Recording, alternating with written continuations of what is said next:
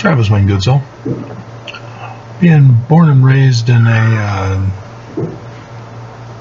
born in a covenant, strict Mormon family where both parents served missions. They had a gospel library, and in there I found the King Follett sermon of Joseph Smith, 7th of April, 1844. And in there's the part that few people refer to. Most Mormons refer to Heavenly Father being once mortal and having a father and such. But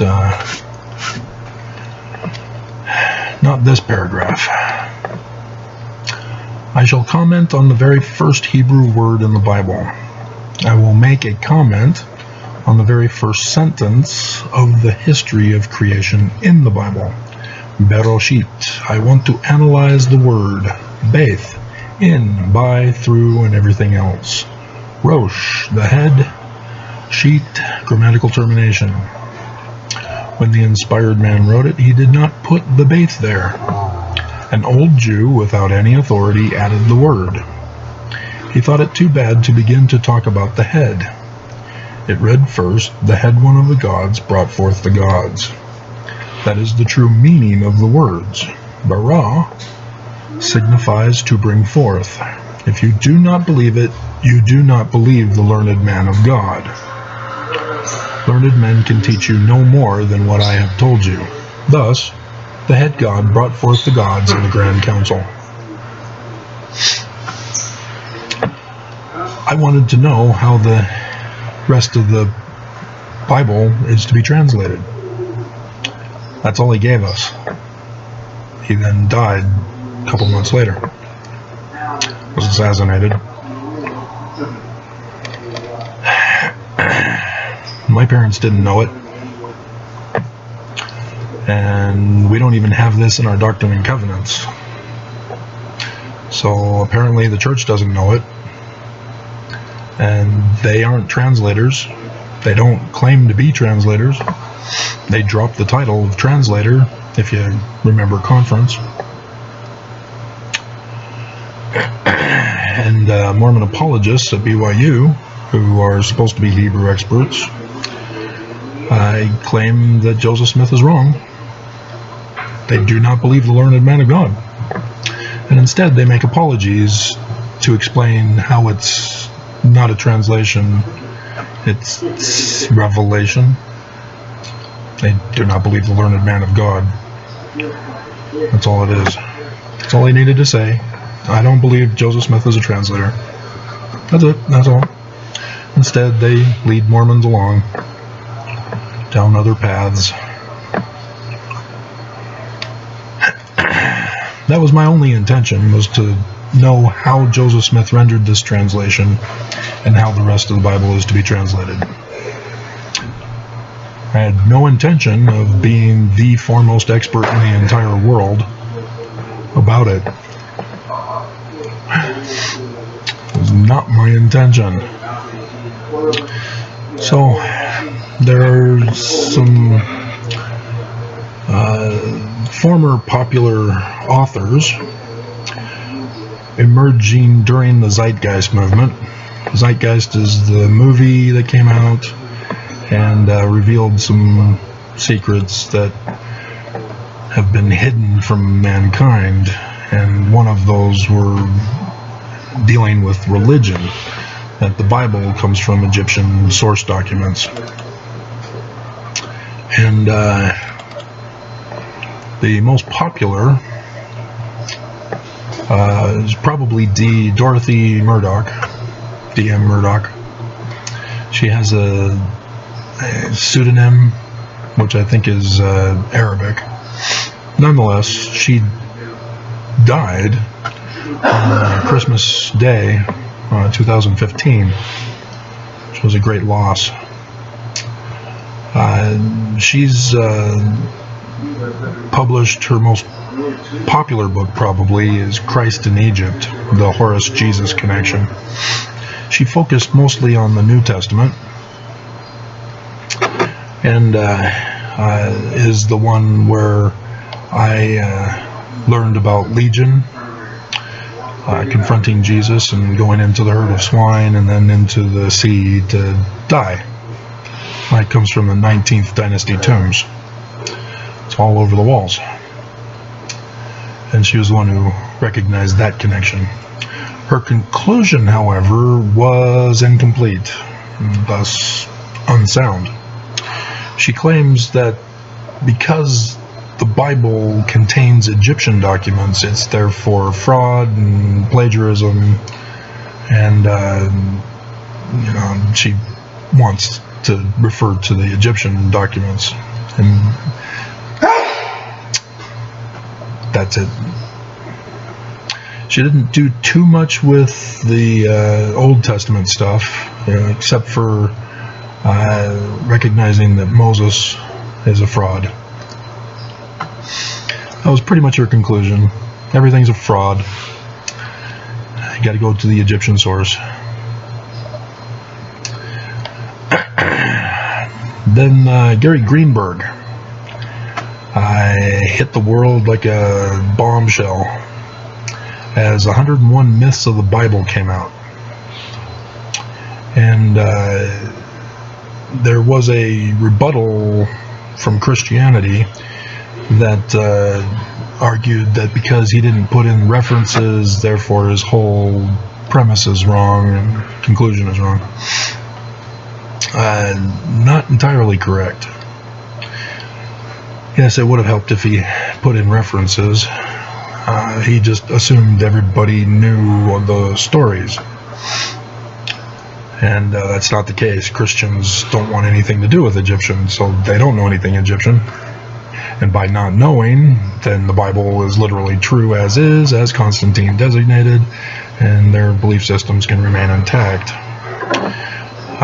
But now, once you learn the Egyptian, you realize that even the Old Testament comes from the Egyptian documents. He's strong in the beginning of the book with some errors, and then gets weaker as he's trying to get to 101. Pretty much after the flood story, he sort of goes downhill after that.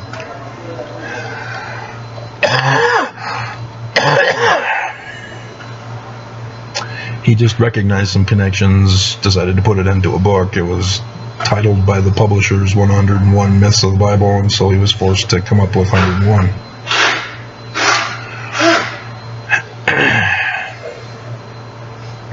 Then Ahmed Osman,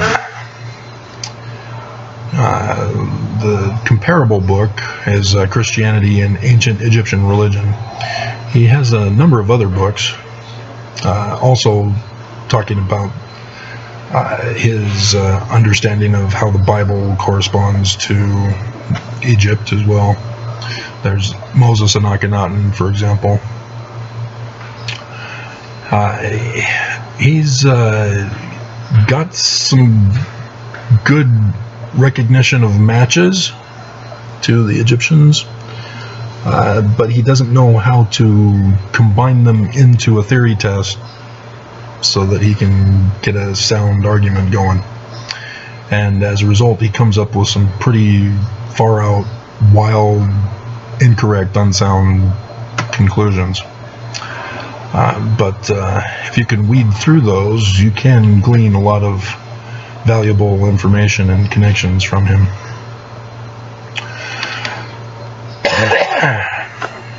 And then, there's some guy named Travis Wayne Goodsell who did a book to show how you can reverse engineer the Bible back into the Egyptian documents. And I've been doing videos for you to help illustrate that. But like I said, I was only looking for answers. Once I got my answers, I wasn't really interested in pursuing it as a career. I had found out after I made my decipherment of Paleo-Hebrew, about these other guys and their publishings is I was working on the Egyptian connection from there, and it was mostly my decipherment of Paleo-Hebrew because of the connection to different characters in Egyptian from the traditional theory of William Foxwell Albright that had me recognize that if there's meaning behind the Hebrew characters which come from the Egyptian characters, then those Egyptian characters likewise would have meaning, and they're not listed in the sign lists. And thus led me to, oh, Joseph Smith. There's pictures that Egyptologists don't have in the sign lists, and Joseph Smith is rendering translations from those petroglyphs, the facsimiles. And so I, again, found out more stuff, got more answers, and I was pretty much done. I finished the rest of the translation of the 3 facsimiles and the Book of Joseph, and so I'm not interested in going on any further, though I can. Now, I can keep on going into deciphering Paleo-Greek and Aramaic, but why? I already got my answers. There's really not too much of a demand for the work other than my Paleo-Hebrew script, which has always been my biggest seller on Amazon.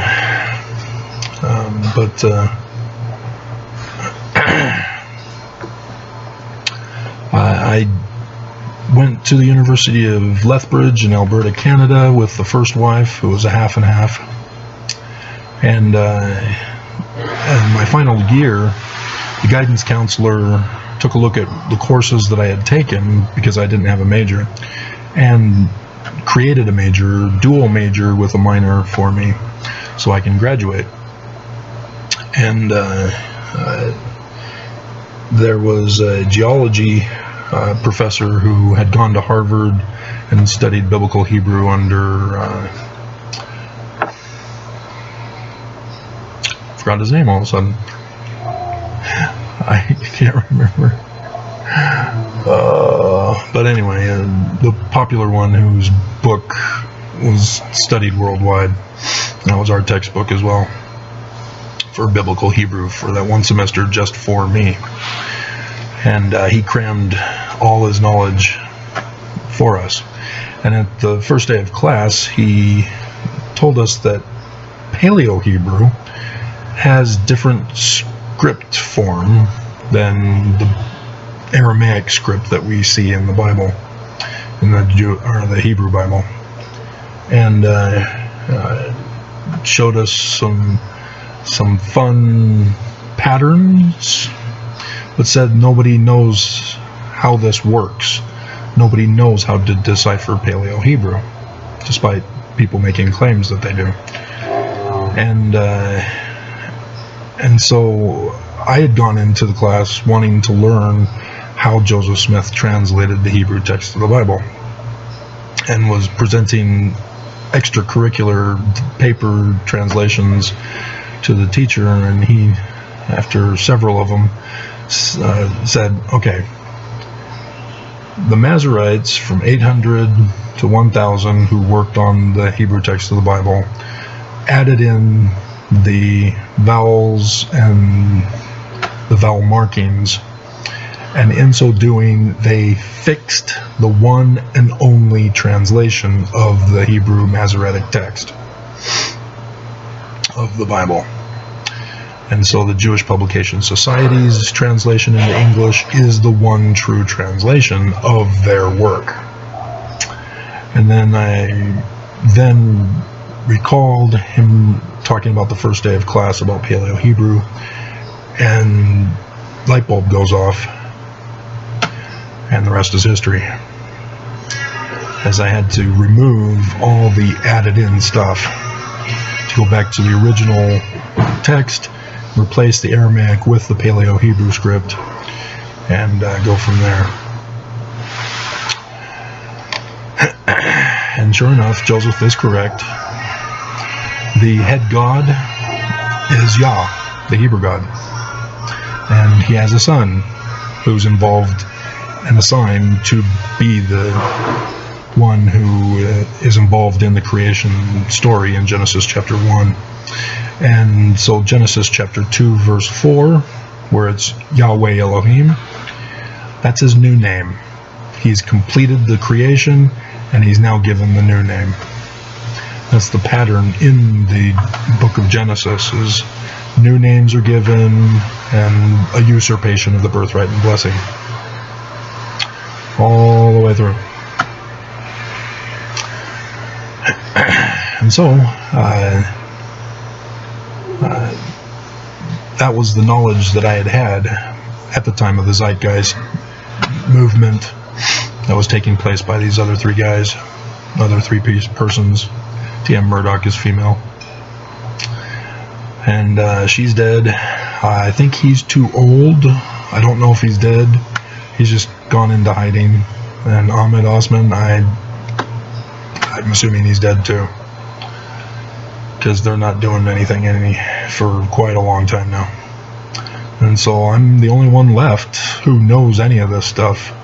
And so when you listen to my videos and I'm talking about how the scriptures also contain star dates, that they are set up in a manner in which they are a conjunction in the sky, in the heavens, and that gives us a date. So Abraham sacrificing Isaac, that was 8 April 4 CE. And so when Joseph Smith, or the Book of Mormon author, it was actually Sidney Rigdon, well, Joseph Smith Sr., for the rewritten 116 pages, gives us that Lehi left Jerusalem 600 years from the time Lehi left Jerusalem, supposedly a sign in the heavens. Well, yeah, that's the sign. And that refers to 220 years from the one on that exact same date on 2024 over America, which is the third day of darkness. And so all the signs in the heavens that are talked about in the Bible for the latter days, yeah, I was able to make that connection. And Samson, again, stories about signs in the heavens for the latter days, and they're all over America. The story of Samson, with the 3 deaths, are solar eclipse signs for the latter days, and tell us not only the date, but where on earth they are to take place. And the author of the Book of Judges, giving us Samson's stories, knew all that information and put it in there in story form. And if he didn't know, he got it from the Egyptian records, who did know. Which means the Egyptians knew. And the Egyptians knew a very, very long time ago. Because Paleo-Hebrew for Samson is Sun King. So, that's all I wanted to do, was get answers that nobody else knew. As a kid, I wasn't happy with people not telling me what I wanted to know. And so I had to find out for myself. And ended up being a pioneer in the fields under the umbrella of anthropology of the ancient Middle East. So,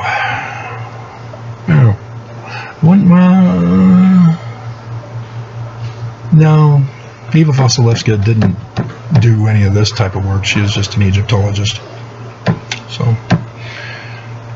alrighty, that was pretty much it. I just wanted to share with you that the church is trying to assassinate me. They've placed me here, as I found out they've been likewise trying to assassinate me through the same type of methods over and over again, all because I learned the language of the Jews. By the way, you probably want to know what the translation is, don't you? You take out the Beth, and so you have Rosh, and then the T at the end is the future tense for the verb. The Jews mess it up in their translation, as they think they're correcting the Christian translation that's incorrect. The head will bring forth the gods or intelligences, even together with the heavens and the earth. That's what the actual translation is, literal translation. And then you keep reading and you find out it's Yah, and then he assigns his son Yah, and blah blah blah.